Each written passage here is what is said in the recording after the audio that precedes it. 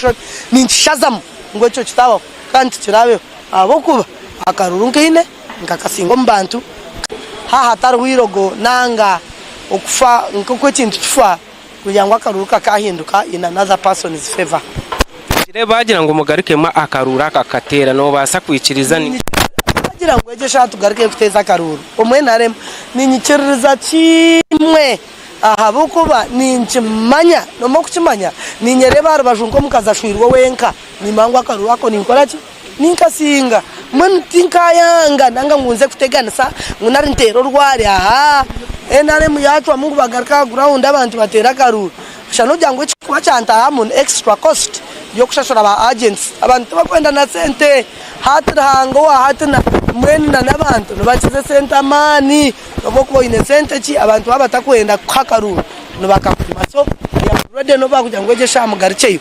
ningarukayo kandi akarunu bakantera nibice byo kugira ati bitabikirize yo kuteganisa okurangirira kwira yo kuteganisa kurangirira akaruru ni district registrar president yewe Museveni ntutere nduru omushija kagenda azatare center yakora ururobwe ito kumwereke ibintu birgira mu field a dictating mbona wana agent wa candidate ni DR form wa candidate na hangarwa candidate ni shebona wa candidate no moyo rukwera wa candidate abo kuba mwenu rahanga iyo mwana wa kusasire mwamukatunje akwecho rukwendo munsomu konka twatuchiro tuchiriyo munsi ruhanga ari yakora ubundo kutarukwa abantu bahorwa abo kuba tarondijo buzubu bwono buresuro kurangira hati nakwereka rushasha no shanganye no bururu nkaga banterire hozuro opponent bamterire hornana that is after really mbene cecere tiro obutarangirwa no bushuma wa returning officer witu wa NRM abwisinjiro district ale babe kugira ngo owo yesimbe nango ningasho owo kwetomboitira eje shataka kira kandi tango doya iwe yakira muri rede iwe takakira noje cece musibire nebiye chupuri no changa tubamba chupura mbabi ya gitare konko mnaje mankataho mutayi nkwatire muhanda no mwaka zomunda yibare abo kwa declaration fuzanje nzine nyona ni manto bunaza kutaha n'abatanga kafomu konko bunaho nakebe bya kafomu ahora ariko mbura kore angata kumasa kujikiriza wenu yonimba sasira kandi nshaka nguranga atwere kamani twije tushitame omubipapurebi to determining a winner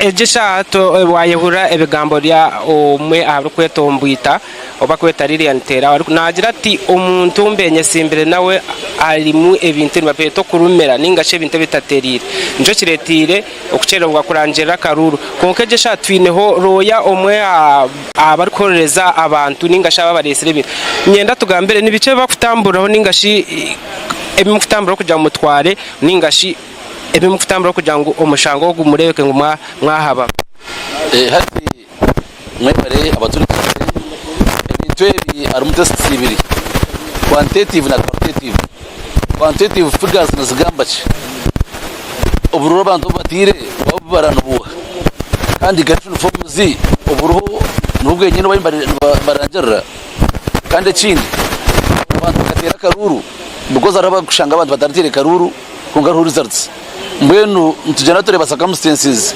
ezukura tarakaruru akar free and fair tura circumstances kura ngukaro kantu katirwe kubazurwe kandi ko badi caring umutose njya karuru badi caring batano badi caring abo challenging nkite ko rugamba imwe nkabaro ya nimureba ngo ebintu kwani bikorerwa umbiro bwo bururebe nebintu bishemerire ninga ino kubitare twenda mutuma rukwera shumo mu Uganda yuteji atereze akarura kuturumu ubwitane embare ubushuma ubwinazi akarura kagaza na season ngaza kuwa kandi tugarukane tusigaye abantu mwene bintu ebyo nangwe nare mu Youth Commission muri kumwatereza akarura aka embare twaturiye family mutwa shaka tintu twitana ndacyo tutabonire abo kuba turiyo twereza opponent advantage bosh twitana tugabekemwe kandi twazasiri mwene muri ketweterezemu tugarukemo timukaruto katereza abantu batera karukabo kandi kubara gatere kabarwe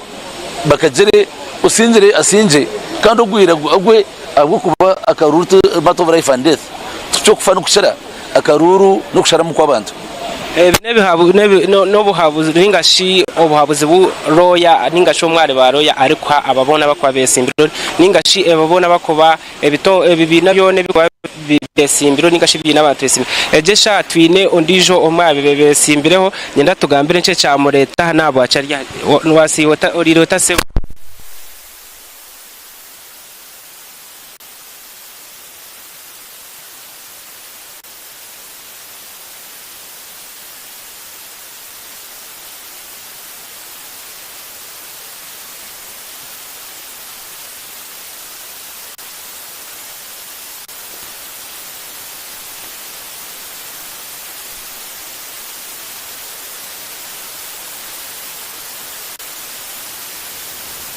Ibintu bigenda bigenda omwisho ahakitebe kikuru kya National Resistance Movement omuricha dondo kandi tuzagunza muntu kongera kusyaho shobwo kwa abantu kwabona mnonga obutikirizana nebyo Ebirugire Omukaruuru akatirwe 2017 by'okwezi kwa mushanju umwaka ogu kandi obwetiriyo nturebe ebi twabarebwire buce kuza ombururo bw'aba mayors hamwe n'aba councillors ebirabiri nabina urenora kana iki nkwebuza NRM etebekanise takorengo kandi ebyo kwenyine tibyagaraka kandi tukabireba nibija izoberwa kana abantu bambatera akaruka aba mayors hamwe n'aba councillors kandi ebiro nibice mnongo byasigarayo abantu bona bino kwetombitwa bine kuba nabasyayo okwetombitwa kabureka tugarice kandi hashtebe kikuru cha polisi shaheje kandi yontutunga butumwa kuruga omnira aba nabakurira ebikwatirine no kuhanditsa endanga muntu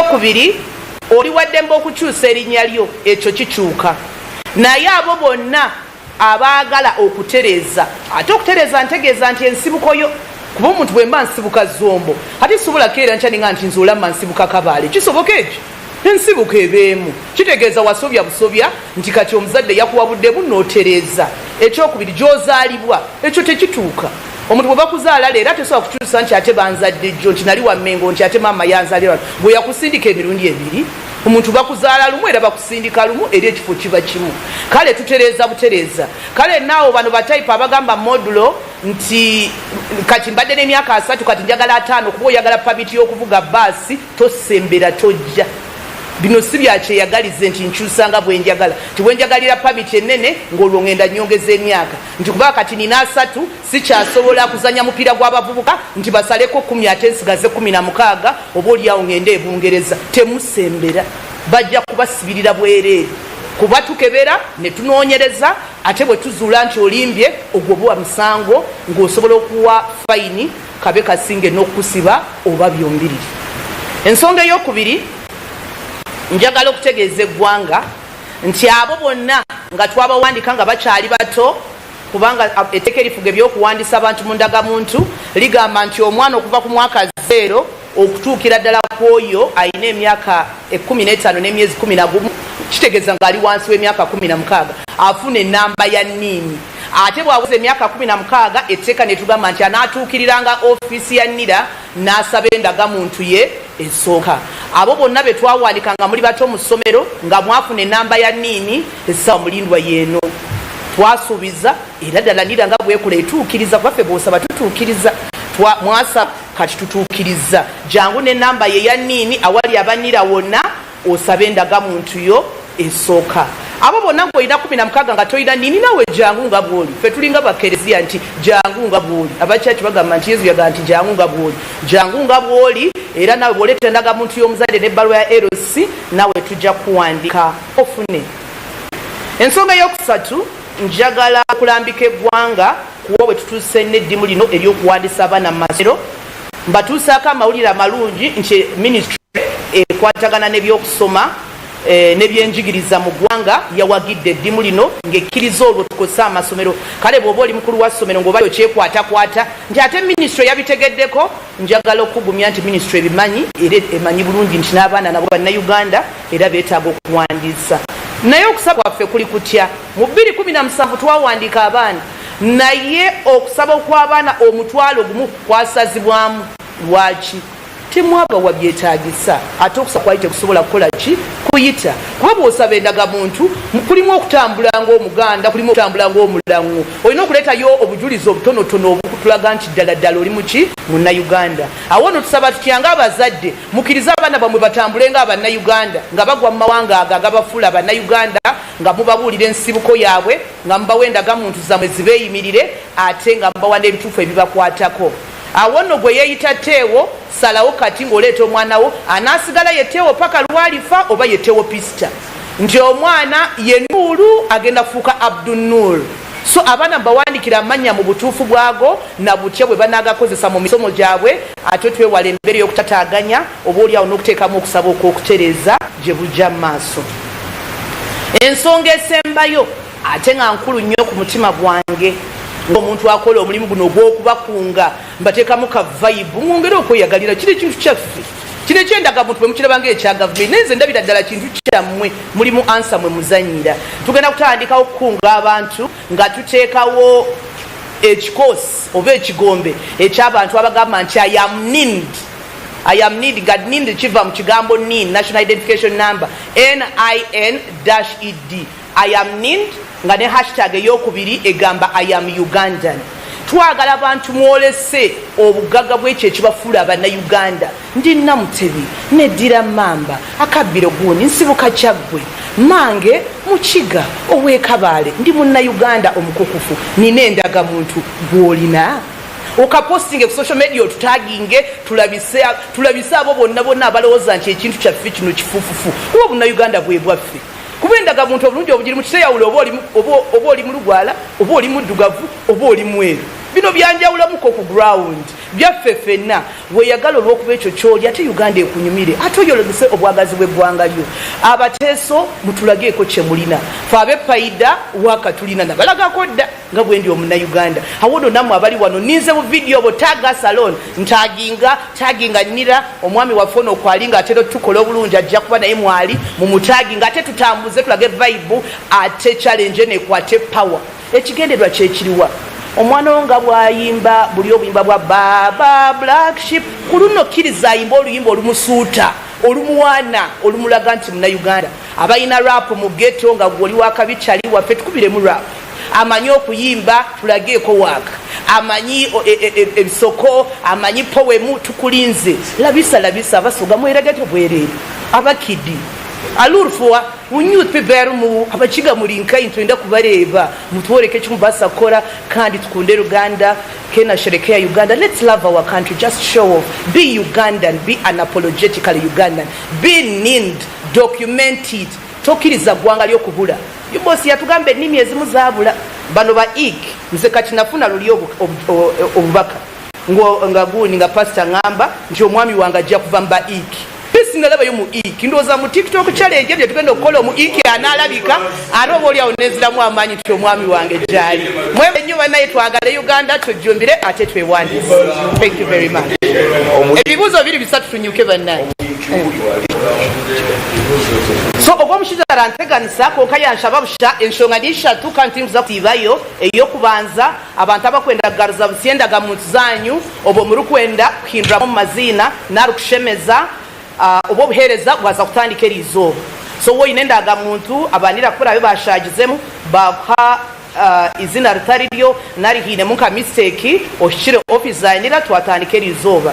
Enshomero abe yakozwe abanira niza kuhindura busha turashashure konka wani wori kwenda kuhindura enshobine yawe noza kushashura eky'emitwaro 2 niwe turebe kwengu twakukoraho. Abana bitwahanche bakiriyo mu mashomero hagati y'umwaka gwa 0 kika myaka 5 waichize 16 obwire nibwobwe noijana ni namba yawe oshire office yanira niwe tukandikise obundi okatwendaga muntu yawe eyokubanza okanyisabe rero mu mashomero kuriyo kugenda misho konko kushaba kwituno kumwe nitushabangu abana mubahereze ndangamuntu zanyu ezikwasa kubeyemerera nitushabangu mbagambire ebikubakwataho kandi obokushaba kwabo obundi kukarabamu kukagendaje ekyamheru tutirewo nkempaka kuna mnonga za TikTok za X za challenge nitwenda bachiga kazi mutuwereke kikumbasa kutuwereka nenche kikukoreka ngo ryo muchiga Oriyo munyankore ati ndiyo munyankore nyone banyetankura ndiyo munyankore muzigaba mawe no mukibaga kazi iwe shori yoha niho nyine nini government nemanya iwe shine kumanya so nitwendo buntu nkobo dera bana tubegese okuturi abanyaruganda ndebintu kureta twayita abanyaruganda mwe bare munonga kuturiza kandi tubasima munonga tine bwarchira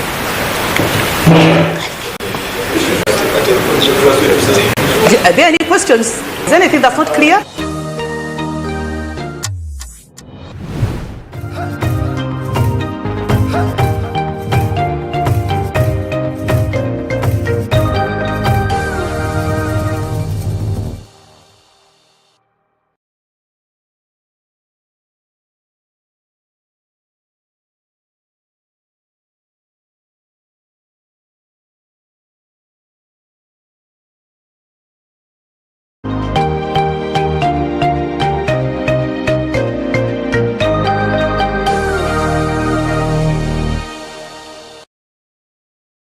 Omagarageseji arhembere eri kutuhindura tukabeche chituri embereji eri kuhindura amazoba engendo narishi ebitebyo bitu nambwe no mumberejo bitwantoronde kintu cyo mutana habindi namunonge kintu kiri kubasa kureta hecho kutangaza omagaragitu naniwe gabana haburungi bwa Wonders Family Jelly izoba ryawe riberyo mutano gakoziro mbirungo ebirukhezo mbiri gukagarika busya gukagira mani wena ukasigara no kuraje Wonders Family Jelly nuko majuta agine kuguma harubaju neka yawe Wonders, always wonderful. AZAM TV banna mu byokunyumirwa okulaba TV bongedde ebirungo mu mpeereza yaabwe nate funa kiti ya AZAM TV ku mitwalo 8 gyokka kituufu ddala emitwalo 8 oba funa dikoda ya AZAM TV ku mitwalo 4 gyokka ke kaseera okwemala egguga ne La Liga, Italian Serie A, German Bundesliga, Ligi ya Saudi Arabia ne Carabao Cup ku AZAM Plus ne Play Package mu HD nyumirwa ebina Uganda ku Chamuka TV ku AZAM Pure ku mitwalo 13 zokka buli mwezi nyumirwa ebyemizannyo ebya buli kika ne AZAM TV ekyasinza okuba ebbeeyi rayisi wano genda wa agenti waffe yenna oba okubi ku ssimu nooti 3.2 3 nooti 8 9 nooti omanye ebisingawo. AZAM TV, entertainment for everybody.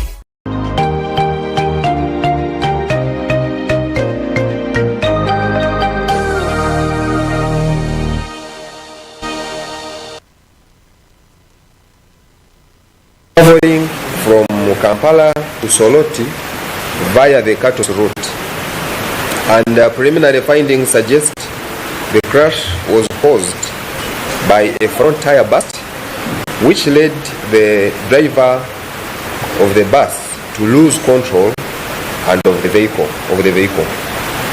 The bus overturned to the right, resulting in the instant death of the driver, while other passengers sustained injuries of varying severity. Police responded promptly to the scene, transporting the injured victims to Nkoko Njeru Health Center and Kauro Hospital for medical attention. The driver's body was taken to Kauro Hospital mortuary for a post-mortem examination. Vehicle towed to Ngogwe Police Station as investigations commence. We thus urge all motorists to conduct regular vehicle maintenance checks and strictly adhere to road safety regulations to prevent such tragic incidents. As much as we are looking at the tire burst, but then there could also been the element of speeding by the bus driver. If at all this person was below the speed limit that is recommended, that is 80 kilometers per hour for the public service vehicles, this could not have happened. Another crash, one person died also on the 18th of July 2025. It was at approximately 7:30 p.m. in a fatal crash that occurred at Chinawa near kilometer 1 flyover along the Entebbe Expressway. The crash involved vehicles registration number UBE 160P, a Toyota Hilux single cabin, and UBK 489H, a Sinotrack haul. And according to our preliminary findings, both vehicles were traveling from Busega toll gate towards Entebbe, and as they approached the kilometer 1 flyover, both vehicles were using the outer lane, the left lane, and the driver of the Toyota Hilux, who was identified as Baguma Jole Patrick, reportedly rammed into the rear of the Sinotrack due to excessive speed. Tragically, Baguma Jole Patrick died on the spot as a result of the collision. And this incident highlights the continued need for all road users to observe speed limits and remain vigilant at all times, especially when you are moving on highways and expressways where speeds are relatively higher.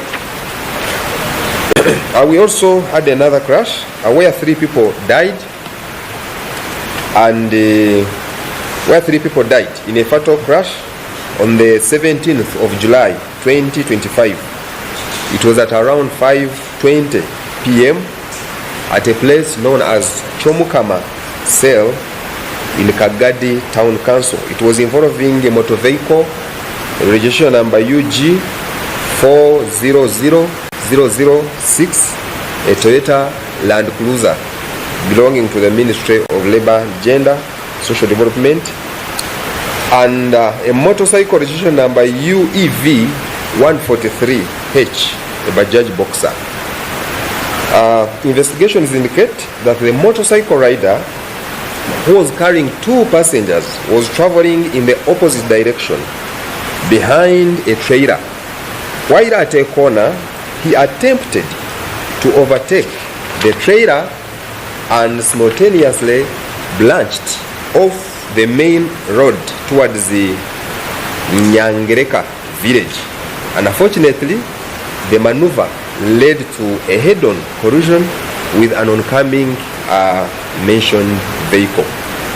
And as a result of the crash, the motorcycle rider died on the spot, and the 2 passengers later succumbed to their injuries. This incident serves as a reminder of the dangers of overtaking in blind corners or locations where visibility is limited. We thus strongly urge all motorists to exercise maximum caution and avoid risky maneuvers, especially in places like corners, bends, busy or built-up places, and many other places here are very risky every time you are to overtake. Additionally, we call upon all road users to yield the right of way when joining or branching off major roads, to remain vigilant at all times while on the road.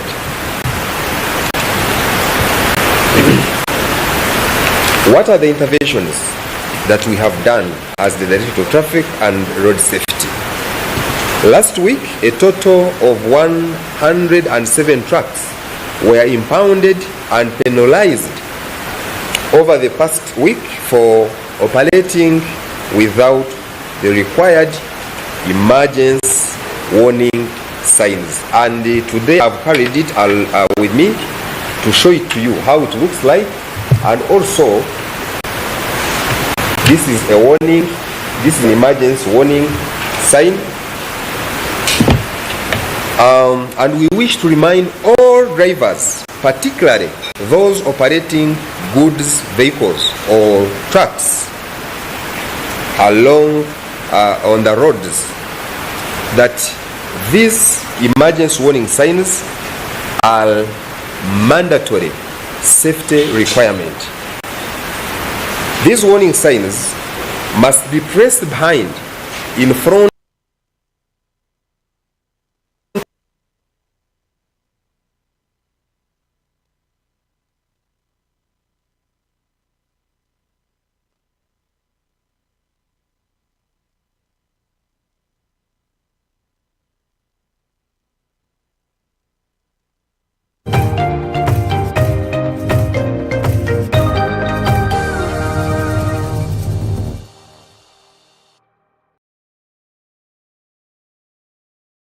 kwihanazarwa Sara kabareba ngo Daniel yatungwa kusirekwa kwa burijo kumurindo burwiro buri kwita bahita mushija gwensiri gukagumanirwa mu maramani akarwarira kakutungira wo bujanjabi omushaka cyamyangu gukakuryo mushija gwensiri bahitwa bamujanjabire Daniel yakira bahita Sara wakagumanira kwerarikirira kwinji omushaho akamugambira amubazwa kusireka omushija gwensiri nabwo akamuhamiza omugasho gwo kutaho buryo bwo kubasa kwerinda omushija Bugana Mr. Vaxa hamwe na dozina amezi mukaga amezi mushanju amezi munana hamwe na amezi 18 Mr. Vaxa nahwera kurinda butakwatwa mushija gwensiri buri kutayayirirwaro Daniel na German menji buri doze ne hamani go kurinda butakwatwa mushija gwensiri obwa hati Daniel ayina magara marungi hamwe na mani okusima kuzaha mubazi go mushija gwensiri Sara akakora kusharaho kurungi okusiri ko kwa burijo hamwe no mubazi gwo mushija ibirinda abana baitu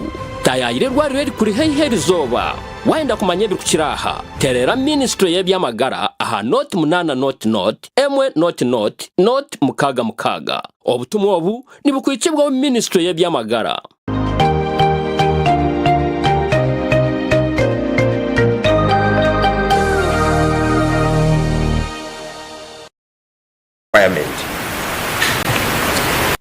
On the art of sensitization, the Directorate of Traffic and Road Safety conducted road safety sensitization campaigns targeting border riders and public service vehicle drivers with the aim to promote positive behavioral change among these high-risk categories of road users. The campaigns were conducted in Kampala, which was identified as the most affected area according to the 2024 annual crime report. And this sensitization exercises focused on encouraging adherence to traffic regulations. Also focused on promoting helmet use among the border riders and also seatbelt compliance. We also went ahead to discourage reckless driving behaviors and overloading. These campaigns form part of the Directorate's broader strategy to reduce road crashes and fatalities, particularly among vulnerable road user groups. We thus call upon all border riders and PSV drivers who have been targeted around Kampala comply and put into practice what we are sensitizing them about, and also we urge them to become ambassadors of road safety in their communities where they operate from. Remember that road safety is a shared responsibility, and let's all work together to save lives. We also thank you, the media, that you have been with us. For if you have not been with us, probably the messages our messages would not have been amplified.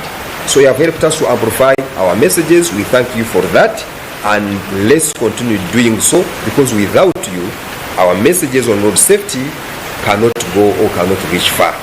But because you are with us, these messages have gone far, and probably you are also helping us to save lives. What is going to be done this week? The enforcement on the emergency warning signs continues. So if you know that you are driving a heavy truck on the road and you do not have anything like this, you must have two of these, put in your vehicle, and in case of any breakdown, please pull them out, put one in front of the vehicle, a broken down vehicle 45 meters ahead in front of you and 45 meters behind you. Without it, because our traffic officers are on the road to ensure that every goods vehicle has these emergency warning signs. But of course, the law also talks of other all the vehicles actually. But our emphasis right now is on those vehicles because they are the ones who normally break down on the highways and then cause problems on the roads. So if you know you don't have this, please.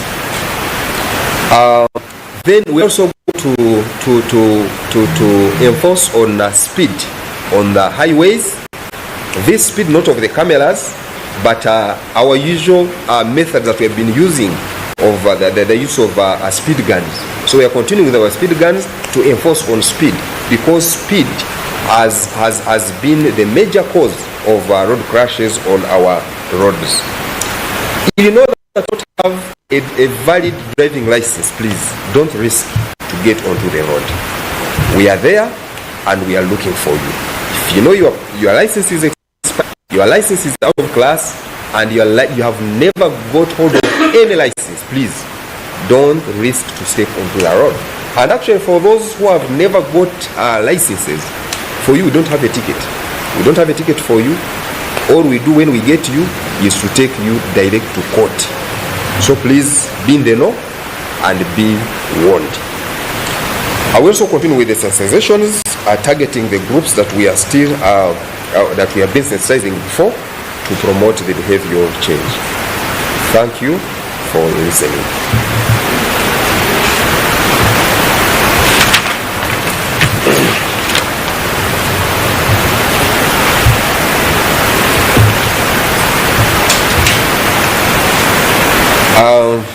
Mbalamusiza mwasuze mutya, tubeebaza emirimu gye mukola okulaba nti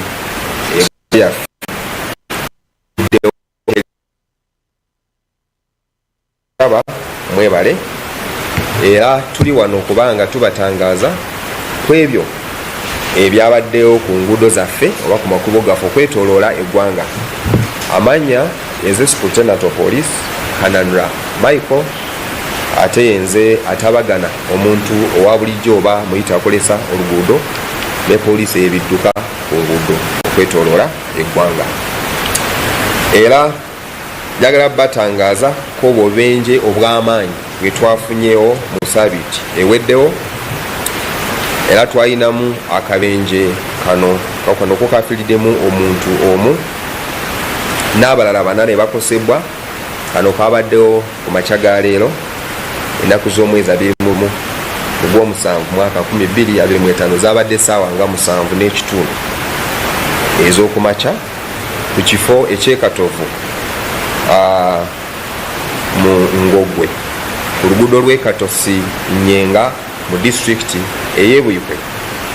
Akabenje kano kabaddemu emmotoka ey'ekika ekya Scania bus oba bus namba UA 354 AN eno nga ya kika kya Gateway Bus Company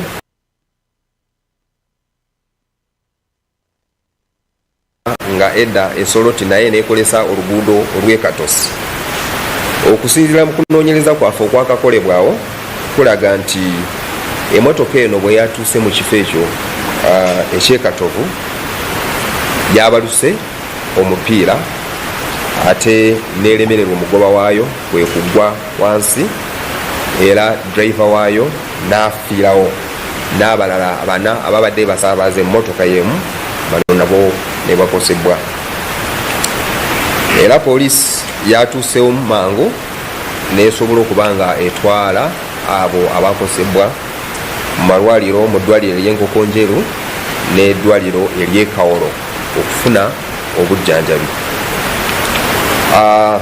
Eyafudde driver w'eyo bus naye yatwaliddwa mu ggwanika ery'eddwaliro ery'Ekawolo okukolebwa postmortem, era n'emmotoka nebanga etwalibwa ku poliisi ey'Engogwe ate ng'okunoonyereza nga nako kugenda mu maaso.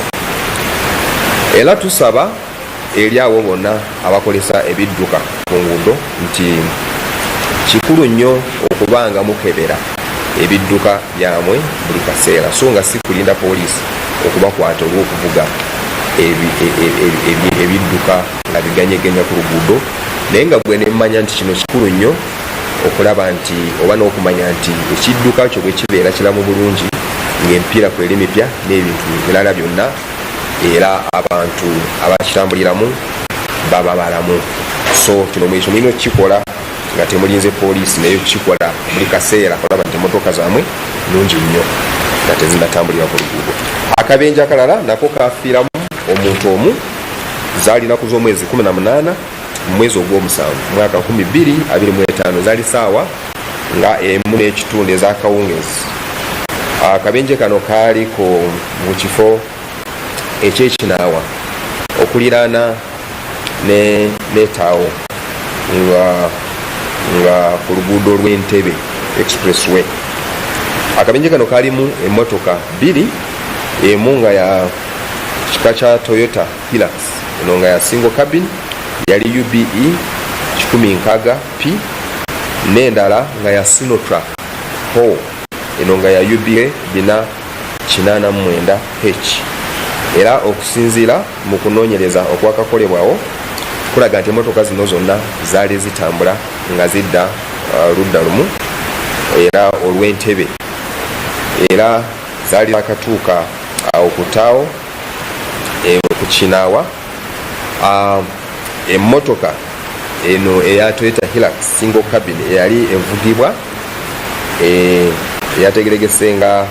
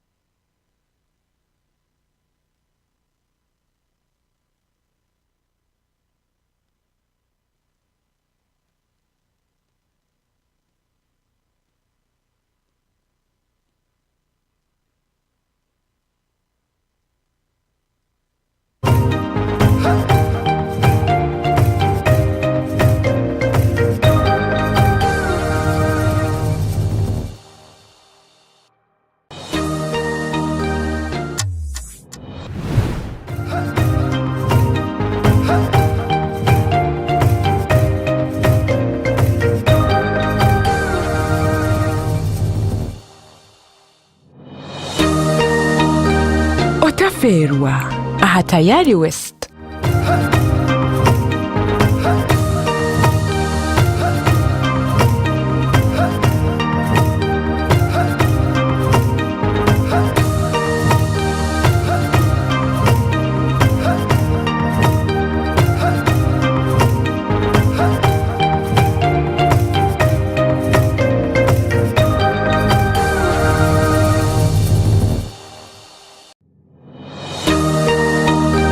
Otaferwa aha Tayari West.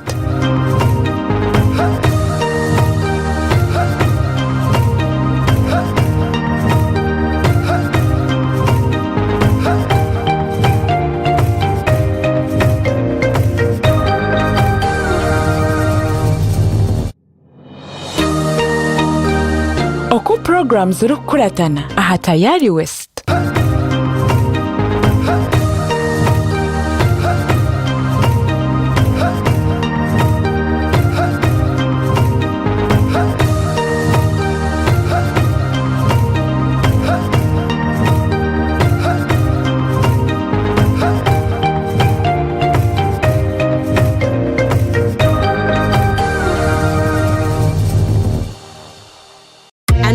Hair-raising moments, turn to Wonders Hair Products. Say goodbye to dull, lifeless locks and hello to hair that shines with vitality and strength.